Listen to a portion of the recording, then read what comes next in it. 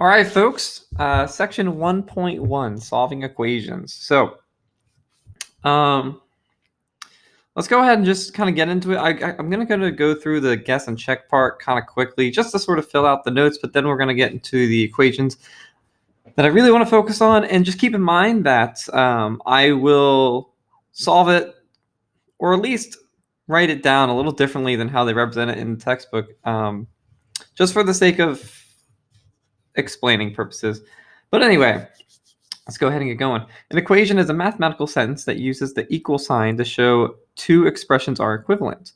The expressions can be numbers, variables, constants, or combinations thereof. Basically, obviously,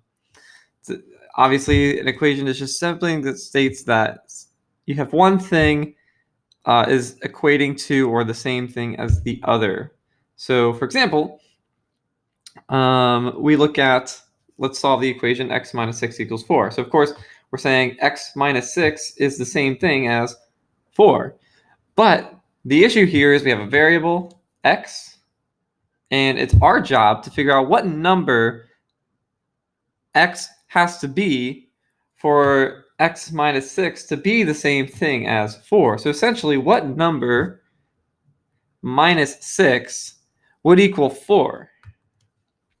So we're going to try guess and check at first. Let's see. You know what? Maybe it's 11. Guess 11 for x. Okay, so let's guess 11. Let's try that, right? 11 minus 6 equals 4. Well, 11 minus 6 is 5. And, well, 5 does not equal 4. So 11 is clearly not the solution there.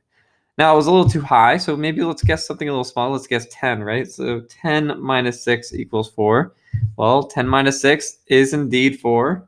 So yes, that is true. 4 does indeed equal 4. So 10 is the value for x there. We'll say x equals 10. That is our solution. All right, we're not going to worry about the working backward method. We're just going to go ahead and move on here. So these are the properties that we will use to solve equations. So the addition property of equality just says that you can add a number to both sides of an equation and the equation will still be true. So take, for example, we have 3 equal to 3, right? Clearly, the left side is equal to the right side. Now, if I add any number to both sides, as long as I'm doing the same number on both sides of the equal sign, then the result is also going to still be equal. So 5 will equal 5. So in the sense of an equation, let me give you an example of how we'll use this. So let's say I have x plus 6 equal to 15, right? Well, actually, let's make it a minus. So we actually use the plus here. So x minus 6 equals 15. All right. This is saying that essentially I can add a number to both sides and the equation will still be true. So let's take, for example, let's say I add 6 to both sides. Add 6 to the left side and add 6 to the right side. Now, keep in mind, you wouldn't add 6 twice on the left side. You wouldn't add it like there and there, for example. You're only doing it once on both sides because your goal here is just keep the equation balanced. So if you do it to the left and you do it to the right, then the equation will still be balanced. And the result that we get from this, because we're basically on the left side is saying x minus 6 plus 6. X minus 6 plus 6, well, the minus and the plus create a 0. So essentially, by doing that, we just have x because the minus 6 plus 6 is 0 and therefore goes away. But on the right side, we simplify that one. We have 15 plus 6, and 15 plus 6 is equal to 21. So now this equation says that x is equal to 21. So that is the solution to that problem that I just made up. So essentially, if we could check our solution by plugging in that 21 for x back into the original equation. So if I plug 21 back in here for x, we have 21 minus 6 equals 15. All right, well, yeah, simplify. 21 minus 6, 21 minus 6 is 15, and 15 does indeed equal 15, so it checks out that value works. And so the rest of these properties simply say sort of the same thing. that you can subtract a number on both sides and your equation would still be equal. You could multiply a number onto both sides and your equation would still be equal. And you can also divide a number on both sides and your equation will still be equal. So the properties of equality work for all types of mathematical operations: addition, subtraction, multiplication, and division. There's more as well, but we're going to start with those for now. Those are the basic ones. So example 1, solve the equation by using the properties of equality. So this equation is already solved, but we're going to walk through the properties of equality to explain its process. So here we have the equation. I'm going to write it over here in the margin. We have the equation 3x minus 2 equals 6. So our idea here is to solve for x. Now, first and foremost, before I begin solving this, let me kind of talk you through the very important process that we have to go through as far as order of operations goes, right? You know the order of operations, PMDAS, PEMDAS. So, x is something we don't know. We don't know what that number is. It's a mystery to us. But let's say someone told us what x was. Let's say that someone said, hey, you know what? Try saying x is equal to 4, right? Okay. Now this is not part of the problem. Let me specify that. I'm not looking at this problem just yet. I will come back to it, but I want to explain something real quick. So let's say someone comes up to us and says x is equal to 4. Okay, so if x is equal to 4, then what I'm going to do is I'm going to plug in 4 where that x was, right? So this was 3x minus 2, but I'm putting 4 in for x because that's what someone told me to do. All right, and then I would evaluate, right? So when I evaluate this to figure out what number I have, I would follow the order of operations. So there's nothing inside the parentheses to work out because it's just 4. And what I mean by that is it's not like, if you had in the parentheses 4 plus 7, for example, you'd have to evaluate and simplify this first. But because it's just the number 4, there's really nothing to evaluate. We already know what's inside the parentheses, so that's fine. There's no exponents here, so we're going to focus on multiplying. We see that we have 3 times 4, so we're going to multiply those together first to get 12. And bring down the 2. Okay, so we multiply. There's nothing to divide here. There's nothing to add here, but there is subtracting. We do have 12 minus 2. That's what we end up doing last. 12 minus 2 makes 10. So here's my explanation. If someone told us what x was, we would follow the order of operations in a forward-thinking process, just like we did here. But the problem is we're stuck with this equation, right? We do not know what x is.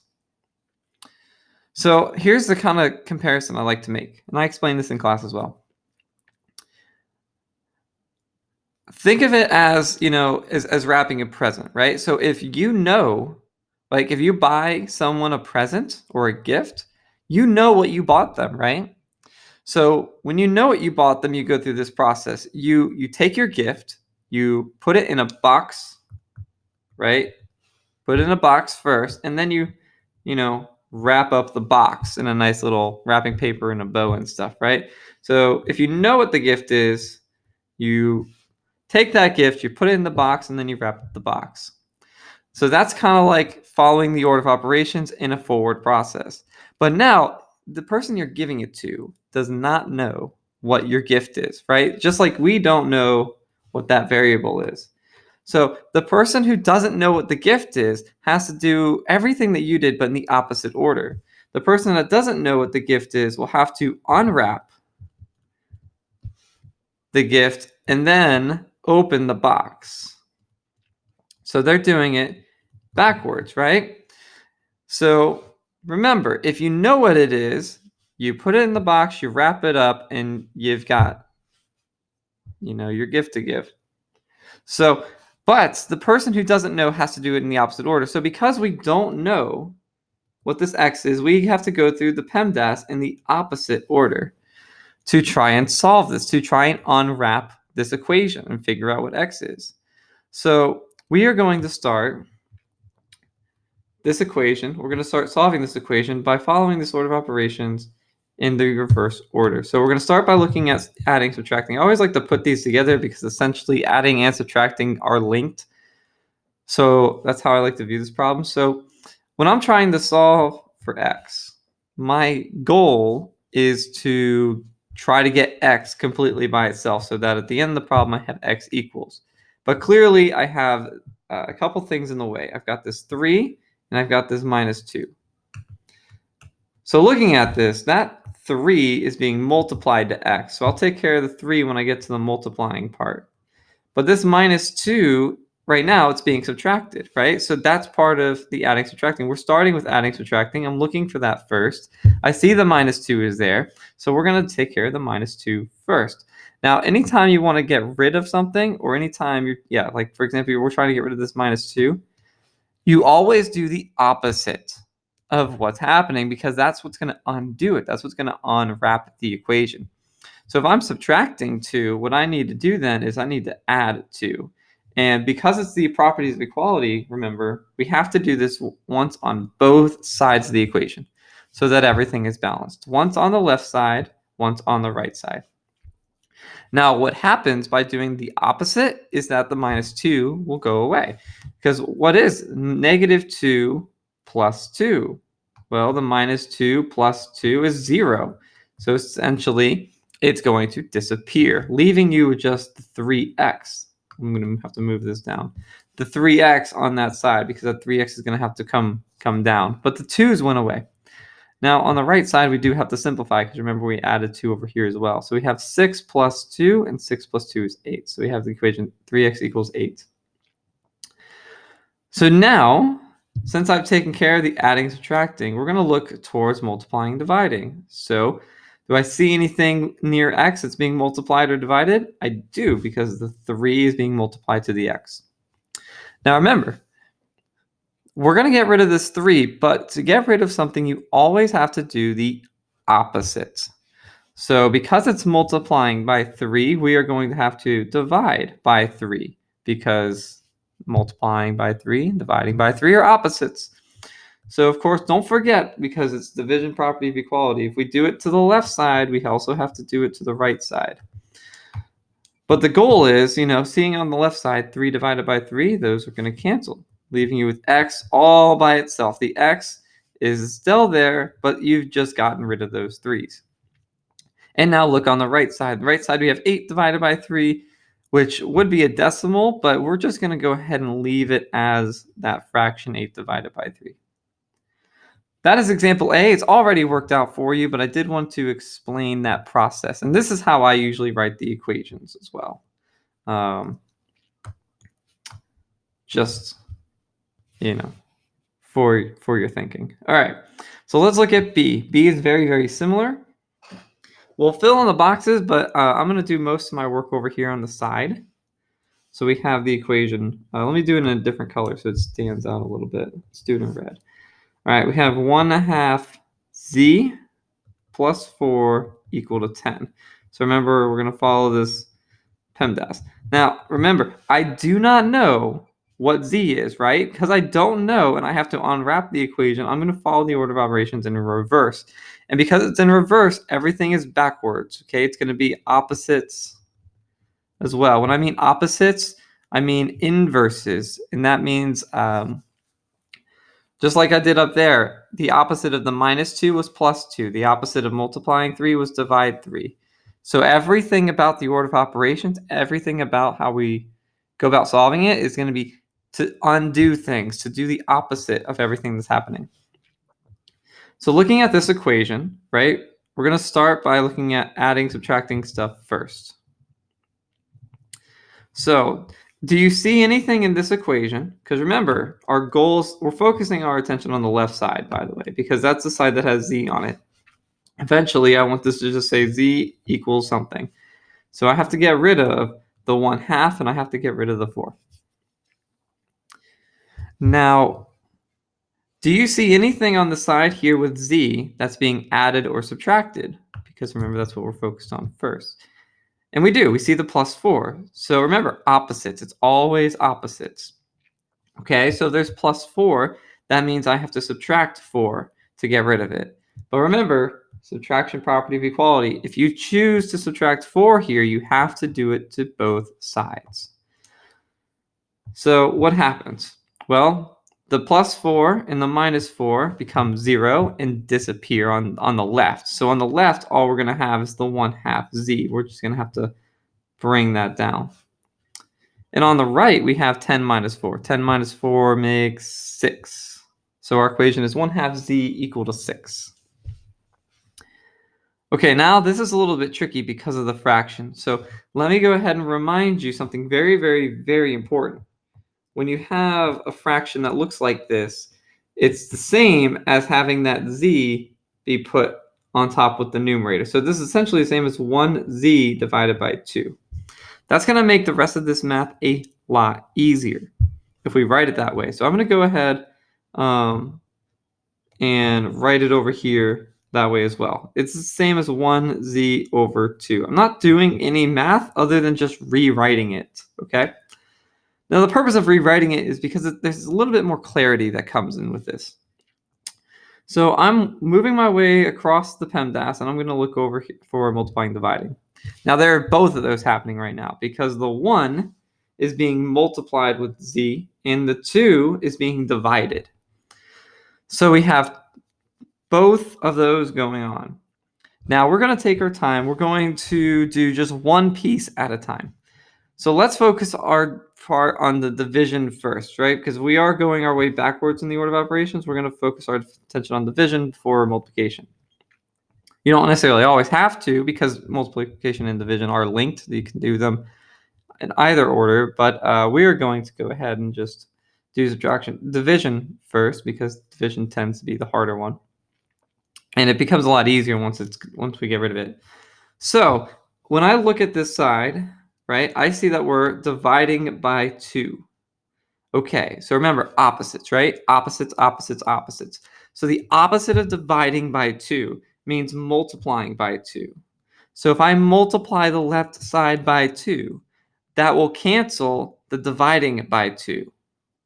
It doesn't stay over there. It's just a temporary thing to do so that we can get rid of the 2. But remember, if you multiply by 2 on this side, you have to multiply by 2 on this side because remember, multiplication property of equality.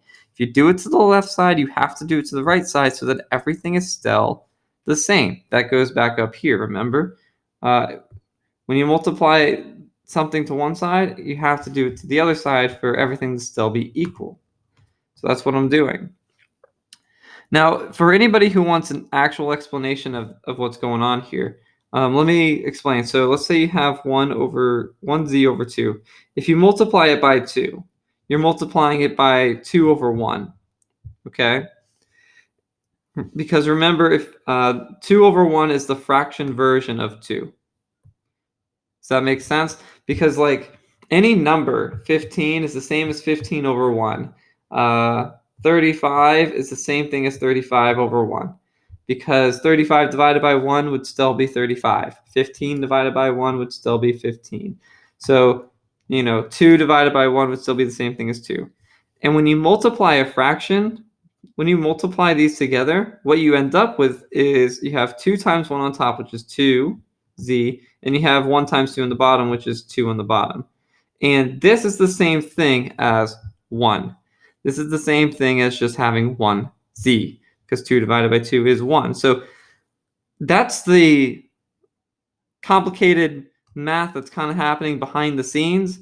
You don't always have to think like that. You just have to just be aware that, by multiplying by 2 here, you're canceling out this 2 because 2 on top and 2 on bottom, as we've just mentioned, is 1, and they cancel each other out. So we're just left with 1z equal to 12. And now we kind of have our answer, but for anything else, hey, this 1 is being multiplied by z. So this is technically still the same. 1z is the same thing as just regular z. But let's say, just for future reference, if you want to get rid of this 1, which technically you don't ever get rid of it, but if you wanted to, if there was a different number here, you would divide both sides by 1 because the opposite of multiplying is dividing, and you would end up seeing the z equals 12. So just keep that in mind. 1z is still the same thing. It's just regular z. We don't ever like to write the 1 in front of it because it's sort of implied. If I just write z, you can tell that I'm only writing 1z. I don't have to say, hey, look, here's 1z. Of course, if I have 2 z's, though, I have to indicate 2 z's. If I have 3 or 4, I have to indicate 3 or 4. But if I just write z, it's implied that it's 1z. So just keep in mind that this right here is really just the same, 1z is really just the same thing as z.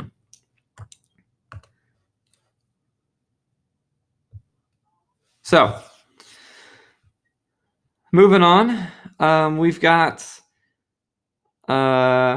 these equations. Now, in class, I gave you guys time to work on this on your own before we went over it. So if you would like to pause the video, you can do that. You can try these problems out real quick, and then in a few seconds, I'll go through them, and you can check your answer. Okay, so if you want to do that, go ahead and pause. Give yourself a little bit of a challenge, and I'll see you in a couple seconds. Okay, so solving the equations. So remember, it's always the same idea when we're solving equations. We're going opposites, PEMDAS backwards. So we're going to start adding, subtracting, right? Notice I see that we have the minus 10.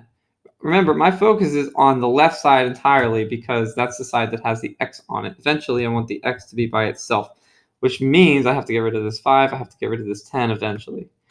So I'm looking at this and I'm thinking, okay, what do I get rid of first? Well, okay, adding, subtracting, right? I see I'm subtracting 10. Remember, opposites, opposites, opposites. So the opposite of subtracting 10 would be to add 10. So that's going to cancel out my 10. Now, don't forget, we're doing it on both sides. It kind of looked like a 6. It's 10. Okay. The negative 10, the minus 10 plus 10 cancel out, become 0 on the left. So we just have to bring down this 5x. The 5x is the only thing on the left now. But we have to simplify the right. We have 20 plus 10. 20 plus 10 makes 30. Okay, so that takes care of the adding, subtracting. Now let's focus our attention on anything being multiplied or divided. So remember, 5x means 5 times x. So what's happening is you're multiplying by 5. Well, remember, our goal, we're trying to get rid of that 5. So opposites, opposites, opposites. You see multiplying 5? That means we have to do the opposite, which is divide by 5. When you divide by 5, 5s will cancel out, and you have x all by itself equal to, well, 30 divided by 5. 30 divided by 5 is 6. Okay. There's your answer. By the way, if you ever want to check your work, you can just plug it in. So remember, the original equation was 5x plus, or it was minus 10. 5x minus 10 equals 20. So you got the solution was 6, so let's check. So if we plug in the 6, let's see what happens. We have 5 times 6. Well, 5 times 6 makes 30, and then 30 minus 10 equals 20. 30 minus 10 is 20, and 20 does equal 20. So that's just a good way of checking our answer, you know? Now let's look at number 4. So 4 is very similar to that second problem we did. Let's go ahead and change colors again, just so we have you can tell the difference. So when we're solving this, right, PEMDAS backwards, we're looking at adding, subtracting first. So I see that 9, and I need to get rid of that 9. So it's an adding 9. So the opposite would mean subtracting 9. Remember, opposites, opposites, opposites. Don't forget, when you do it to the left side, you do it to the right side. That's why I draw this line here, if you haven't caught on yet. I draw this line to remind me, hey, I have to do it once on the left side of this line, and I have to do it once on the right side of this line. I see too many times people trying to do it, they accidentally do it twice on one side instead of doing it once on each. So make sure you're doing it once on each. So the left side, plus 9 minus 9, plus 9 and minus 9 cancel, right? Because that's 0. So we just have to bring down the 1/3 x. So that equals, we have 21 minus 9. 21 minus 9 is 12. All right, so now keep in mind when you see these fractions, okay, this is very, very important. 1/3 x. Remember that x goes with the top. It belongs in the numerator. It's the same thing as 1 times x over 3. That's very, very helpful because now it brings a little bit more clarity. This is clearly 1 times x and then divided by 3. So when you're working your way through the order of operations backwards and we look at division as our next step, we see that we're dividing by 3. Okay, remember, opposites, opposites, opposites. There's dividing by 3, so the opposite is multiplying by 3. So by multiplying 3 on the both sides, okay, what happens is that 3 that you multiplied and the 3 you divide on the left cancel out. So on the left, you're just left with 1x. Okay, but remember, properties of equality, if you multiply the left side by 3, you have to multiply the right side by 3. So 12 times 3 makes 36. And so we have our answer right here. 1x is 36. Remember, 1x is the same as just regular x. You don't have to show the 1 there. The 1 is essentially invisible. But yeah, 1x is equal to 36. Okay, I'm going to stop this video here, and I'm going to do the word problems in a separate video because we did those on 2 different class days. So I'll see you guys in the next one. Bye.